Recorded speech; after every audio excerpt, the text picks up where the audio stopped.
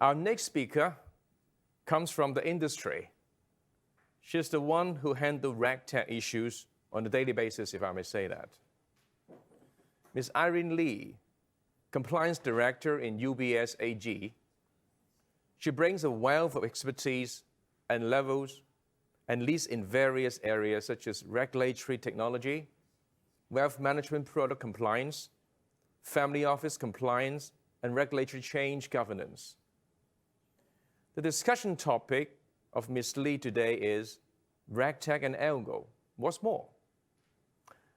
Having listened to the regulator and specialist, I'm sure it's the best time now for us to listen to the insight of market practitioners. Ms. Lee, the stage is yours. Thank you. So thanks for inviting me for these sections. I think when you look at the topic here, it's around the RegTech and Algo and what's more. And the focus and perspective is from practitioner point of view. So maybe I take a chance to introduce myself. So I'm a compliance officer in UBS AG. And actually, apart from the compliance daily responsibility, I also have another hat. I'm currently the co-chair of the RegTech Committee of the Fintech Association of Hong Kong. So I can actually representing like some of the voices that I heard during the committee discussion and the industry discussion. So ranging from the vendors, from the bankers, from the compliance officers, and also from the regulators. So we are part of the ecosystem. So when I know that I can talk about RegTech and Algo, and what's more, basically I'm so thrilled and excited because from the banking point of view, Algo means a lot of things. So this is a technology, it is a channel, it is a use case, it is a solutions, and also it is opportunity. So Algo actually exists everywhere. And Algos actually helps facilitate a lot of use case, RegTech, and also the process automation. So let's talk about a very interesting topic. Maybe before deeping dive in the details, let's start particular poll.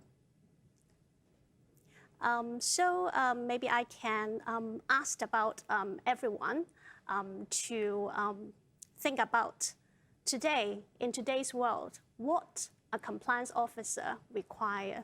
Do you think they need to learn coding in order to understand the algorithm for executing trades? Perhaps let's take some time to get a poll. So this is a yes and no questions.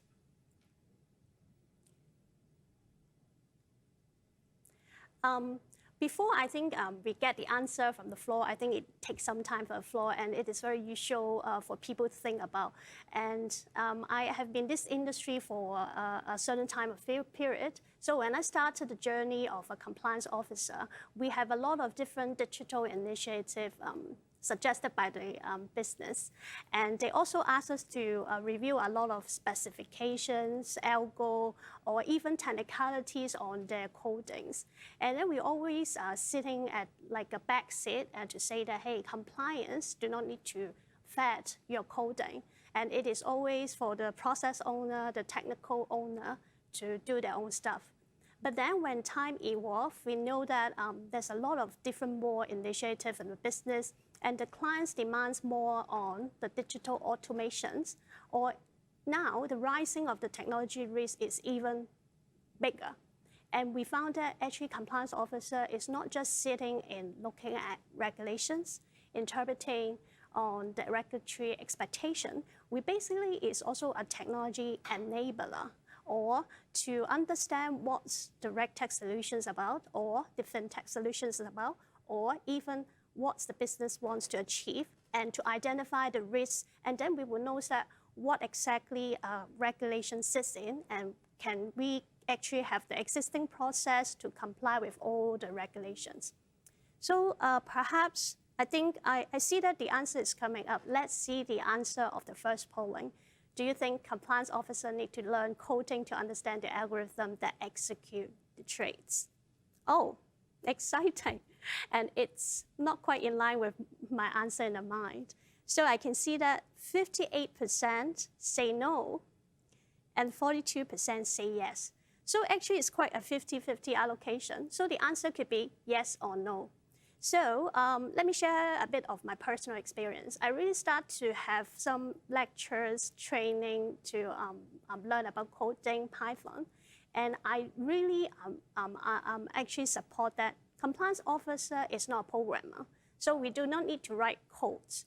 But actually, it's really beneficial to actually know how to read the codes. We don't write it, but we can understand it. So when in the journey of looking at the specification and how actually the logic builds up on all these digital or kind of technology, how it works, I basically understand the thought process behind. Actually, there's a logic, and there's some kind of checks and control balances in building up all these. So if you understand how they come from, then actually you will know how to give them advices in a more practical way. So you speak their language and they understand it. So even you will know the business even better. So we are not just a compliance officer. We can be an enabler to add value to their coding as well. So we can ask, hey, we can actually put up a control points that can it be done? Or you understand it cannot be done and why is that and what's the difficulties. So then actually we are part of the ecosystem to enable all the reasonable RegTech or Fintech solution. So I'm quite interesting to know that at least over 40% of the audience actually support that we actually need to learn the codes. So maybe before jumping into more topics to share about the Algo, so these are the key focus areas that I try to share it with all of you. So firstly, what do Algo, RegTech, compliance mean to you and to us? I will share later. And secondly, is technology an enabler of efficient and timely compliance solutions? And thirdly, RegTech adoption and the key compliance assessment areas, where I will actually share a use case around what I have experienced before, what is the key RegTech adoption that I heard and I experienced, and what are the key compliance consideration in the solution. And the fourth, I think if you are one of the tech vendor or RegTech company, you will be interesting to know from a bank perspective whether, how do we see it? How do we position ourselves? Is that in-house is always better than third-party solutions, or do we have other combination of choices? And the fifth one, this is quite not very new concept, but it is more important when we look for RegTech collaboration. So will a PPP model, that is the public-private partnership, be the best approach for our future state? I think in the previous discussion or a presentation by Professor Anna, he also mentioned about the rising cost of compliance. And I really have that strong feeling and pain as well. So most of the time when we have started to think of some new things, then we will see some enforcement news coming from the regulators, or maybe we have our own incident to report to, and then we have to push aside of all the new topic discussion and then to handle all the incident remediation and so on. So, and then our time will be spent on all this remediation effort, which supposed to be, can be actually reduced or even eliminate if we have a more of fun foreseeing kind of approach. So it is really a pain. So the rising cost is on. We may need a lot of people to have more checks and control because of these loopholes, incident, and costs and so on. Because we are not afraid of fines somehow, because if money can control or to solve the issue, then we can. But somehow we cannot suffer or actually face the reputational risk. And also the kind of indictable offense if it is around a breach of regulations. Of course, monetary is very important, but all this all count together, it will become a very serious breach on or a serious impact to the bank as a whole. So we then, in return, even need to devote a lot of costs in human resources, a lot of process enhancement and so on to put all this remediation. So rising cost of compliance is actually a driving engine for all these RegTech solution. So to answer the second key areas of focus is actually yes, we can actually have RegTech to have more efficient compliance solutions and also to mitigate all these process risks. And let's talk about what Algo compliance means. So I think in Algo, aside when you think about in the investment banking scenario, you can think of like our traders have the quotes, ask for quotes in open architecture and then place the orders, and then Algo kicks into play in the part of the Algo types, firstly, and also the Algo execution to achieve speed in the market. And from private banking or the retail banking side, Algo would mean a lot of things. So we may have Algo in our advisory and execution platform.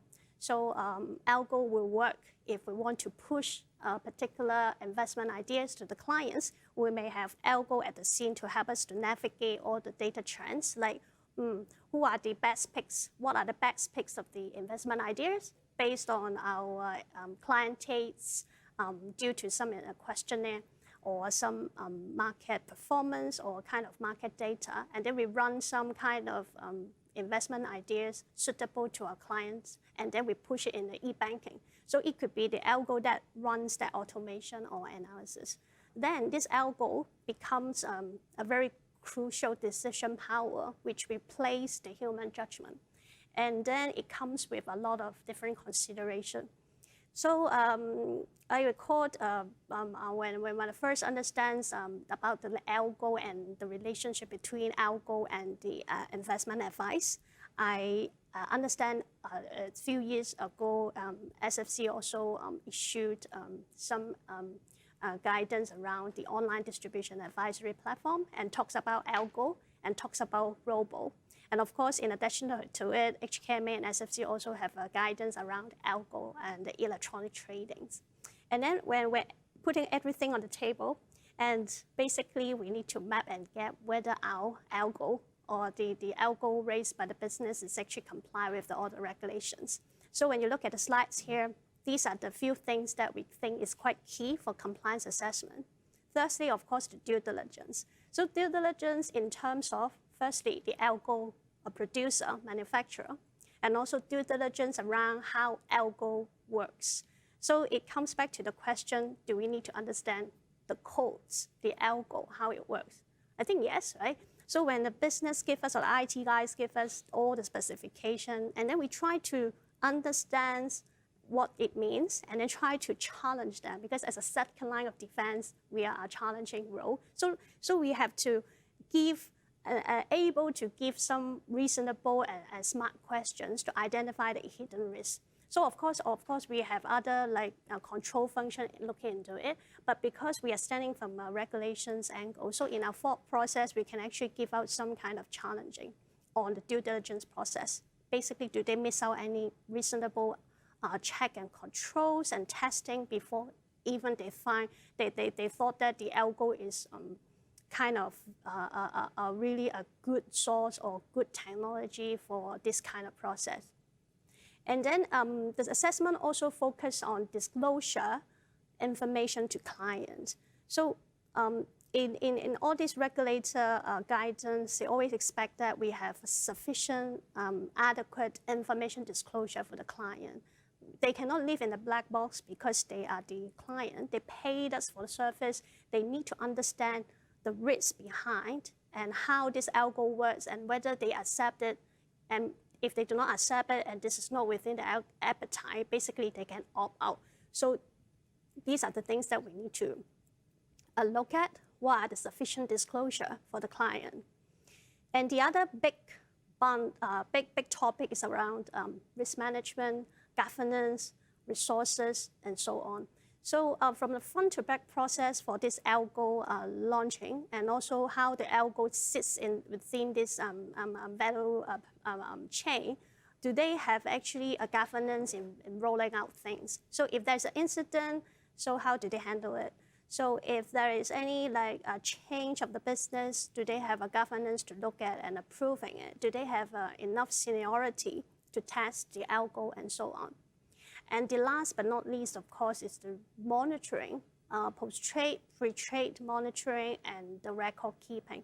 So if Algo sits in any of the pre-trade checks, like suitability checks, pre-trade document provisioning checks, or pre-trade selling restriction checks, or the other kind of cross-border checks and so on, then we need to understand whether this Algo works properly in all these scenarios. And also, can we pick up as our post-trade monitoring and review? And do we have any like trend analysis, exception reports that we can readily available to review it?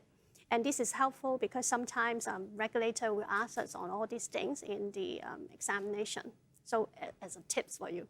So record keeping, of course, this is very important. And then to the next phase, and then we also look at other areas like the system designs, the testing and supervision of the algo, and also the best execution. I think you're all all familiar that we have a lot of best execution kind of guidance. And if algo helps to achieve all these things, then of course we have to see whether it actually works, and if there is any incident and mistake and then system risk, actually how the bank can have control and mitigation. So then these are the impact assessment that we normally will look at.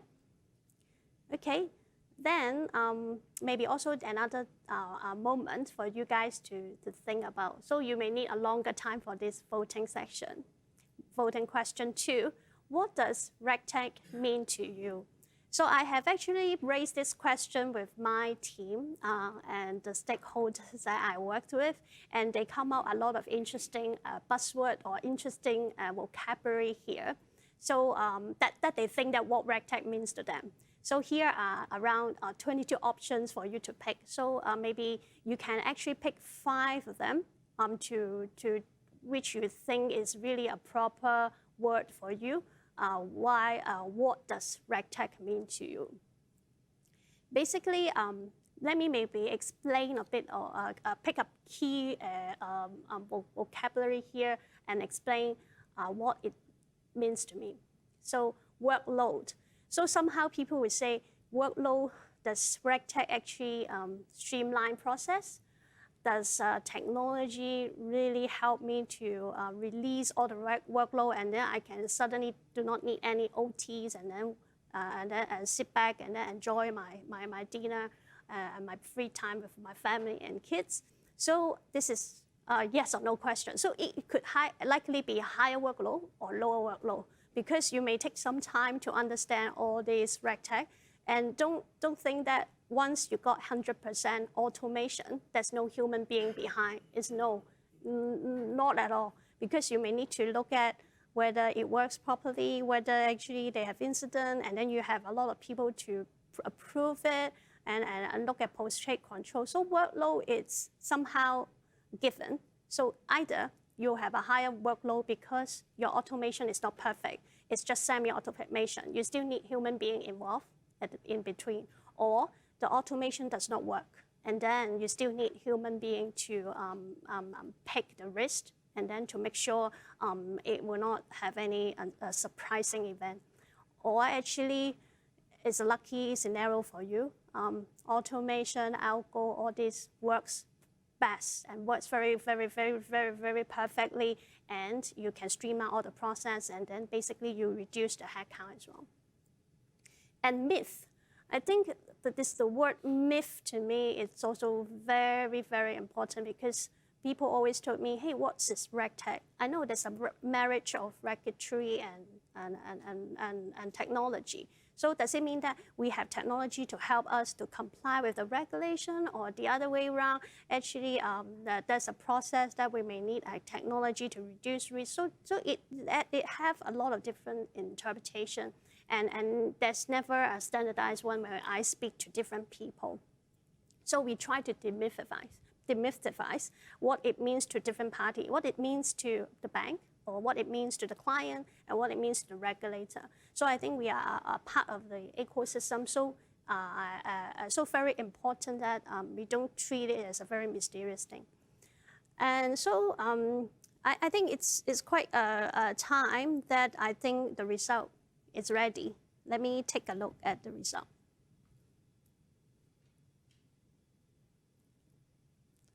So let's give some time to draw down. Interesting. So I got the highest percentage on efficiency and economy of scale. So it's a very surprised result, but not very surprised, but I actually anticipate that efficiency always comes first, because RegTech is actually help people.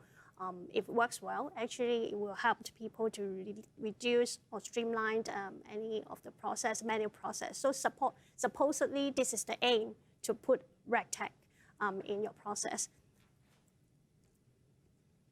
So now talks about RegTech adoption. So it's always a very long process when we, from day one, when you have an idea, a concept, ideation, and then have a POC, and then have budget, and then senior management support, and then the bank started to run a lot of different committees to look at how to adopt it, and then they have final documentation and approval and so on. And then you can see that these are a few building blocks that we really spend time in. So firstly, we need to have a scope, have the use case, and then we understand what actually the RegTech will be in.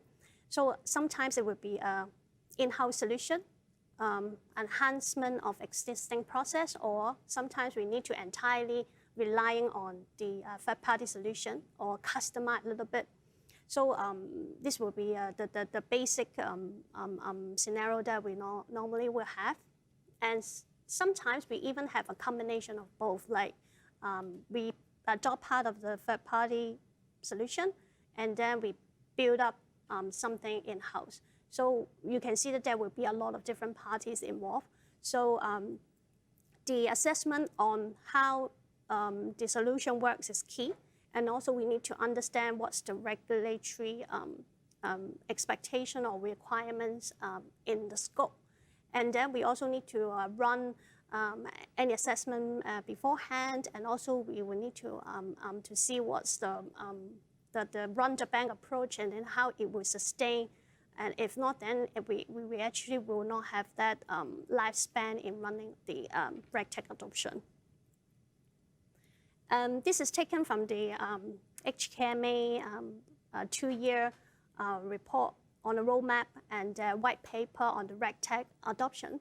So it is also based on the industry feedbacks on the questionnaire. And I think this speaks itself and is very comprehensive on all the key areas that we require RegTech. I think the most popular ones are on AML. And then coming up next is around like what Professor Arnold mentioned about like stress testing, cybersecurity, modeling, credit risk, and so on. And then moving on a more advisory process, because from a bank side of things, we always target our service to clients. So the client's voice is very important. So clients now actually becomes our enabler as well. So we have a lot of focused discussion with the clients to ask them. So the first question that we ask to them is, as a banker, what do you want us to be like to help you to better serve you? What's the digital elements that you need from us? So standing from the shoes of the private bank, it very surprisingly, they told me that, hey, I still treasure the human touch, but I still like the beauty of the digitalization. So it's a hybrid model. So they may not need a full automation or full virtual experience like the virtual bank, but they may expect some kind of human touch. Then it comes back to us and said, hey, then for the existing process, can we do something like having human in between, but we also have some assist IT technologies in giving some smart ideas in our digital advisory process. So then you can look at the block here on the bucket here, number 3. So sales practice, suitability, product due diligence, and best execution and pricing. And also you can see that onboarding and all this. So it is like the journey when the clients open the account, what they will see.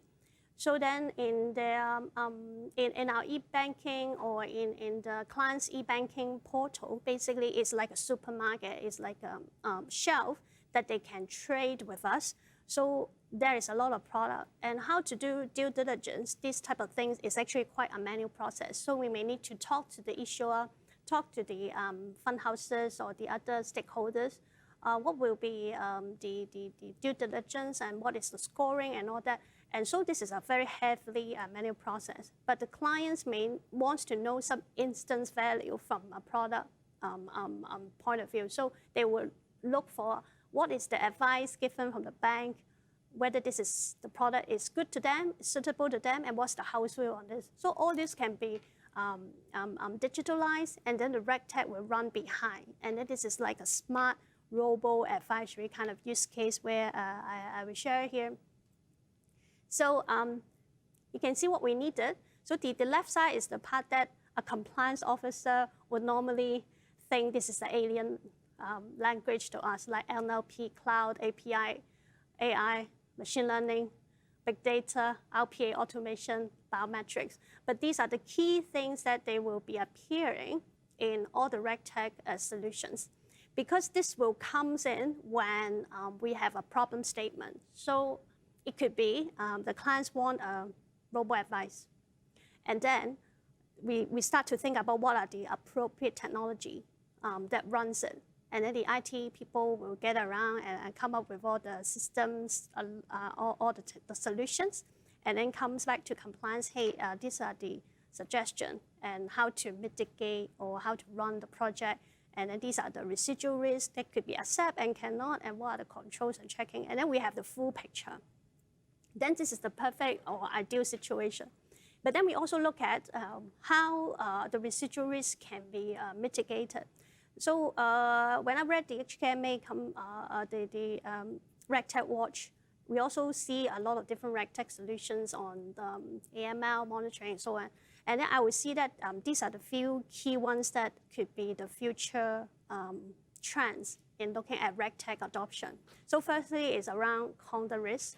And I think this is also taken from the RegTech Watch, and conduct risk becomes a very important area where RegTech solutions should adopt it.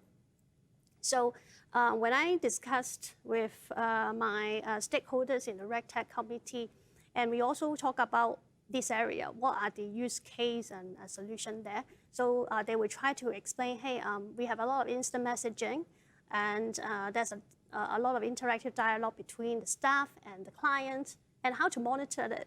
Somehow they will have voices, they have video chat, and now they can also use files, attachments, so a combination of structured data, and how to convert it into something that is can be monitored. So these are the things that we are trying to navigate. So it's really this is related to big data analysis, but from a different source.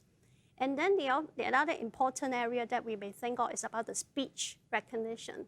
So sometimes you want to hidden your conversation. People try to use different slang or different style of the conversation. And somehow, and then we cannot even pick it up because it is not a normal human languages.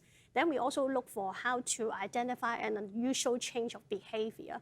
Then it becomes a voice recognition, and also other stuff that on the cognitive side of things to detect any unusual employee behavior on that type of situation. So RegTech can come into play to identify such a conduct risk.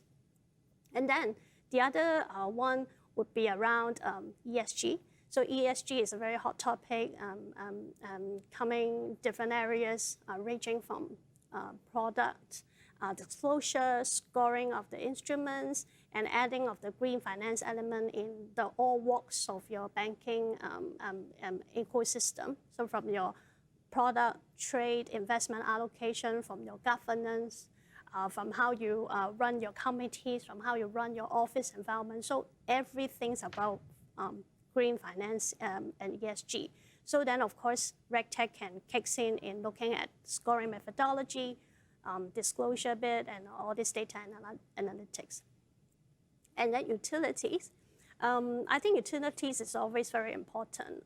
When a time when Wealth Management Connect is coming along very soon in the GBA, and we have a lot of cross-selling kind of scenarios based on the 11 places and the GBA. So we may really need a utility around remote onboarding, how to leverage maybe another bank to help us to do accompanying, and also for product due diligence. So everybody may sell the same product type, and then everyone may need to comply with the same regulations. And do we need to duplicate all these efforts? Do we can actually have a utility, have one thing done, and then share with the others so that we have a level playing field? And I think I have talked about the robo-advisor here. So these are some of the screen caps that I share here. So, so in compiling all these robo-advisors screenshots, so these are just the dummy screenshots, but as a compliance officer, our lens is always look at what the client will see. So what's the investor protection kicks in play? So how they come up with all these recommendations, like why do you think these are the 10 hot product for the client and it is suitable for them, and what's the methodology running behind the scene, and we will pick that logic up and to see whether this is reasonable.